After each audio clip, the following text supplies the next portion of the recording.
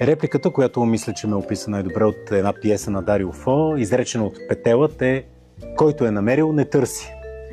Демек, когато човек намери своите призвания или намери човека до себе си, не е нужно да търси и да се лута. За първи път, когато се усетих на мястото си на сцената, беше още в училище, понеже бях в актьорска паралелка и се подготвяхме за първата ни пиеса. Това беше след като вече 2-3 години учихме като актьори, но чак тогава като че ли си казах, че това е нещо, което искам да бъда. А после, когато бях в Театралната академия и ме взимаха за студентски филми, се влюбих и в киното.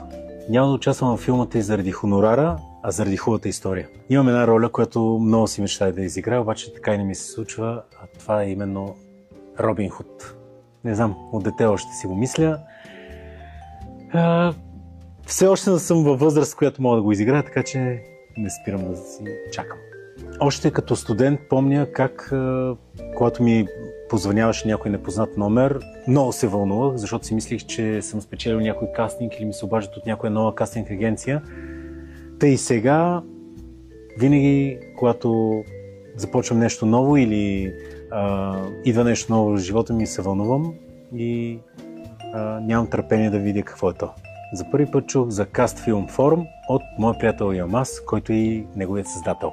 Вече имах един проект, който осъществихме заедно с Cast Film Forum и това е една реклама, която снимахме тук в България.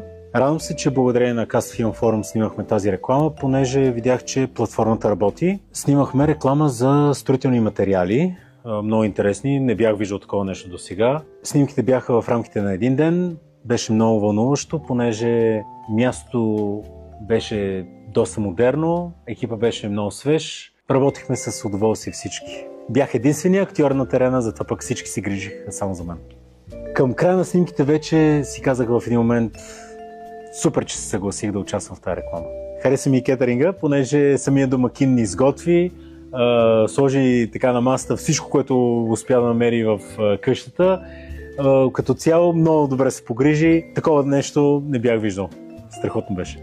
А и започнато беше добро. Лично препоръчвам Cast Film Forum на моите колеги, понеже това е място, където човек може да се разгърне, да покаже свой потенциал, да се запознае с нови хора от страната и от чужбина, да участва в международни проекти и в същото време от него да не се изисква нещо неочаквано. Защото започваме нещо ново, можем да сме пионери и не само ние актьорите, но и всеки сценарист, режисьор, монтажист, оператор, който би се записал.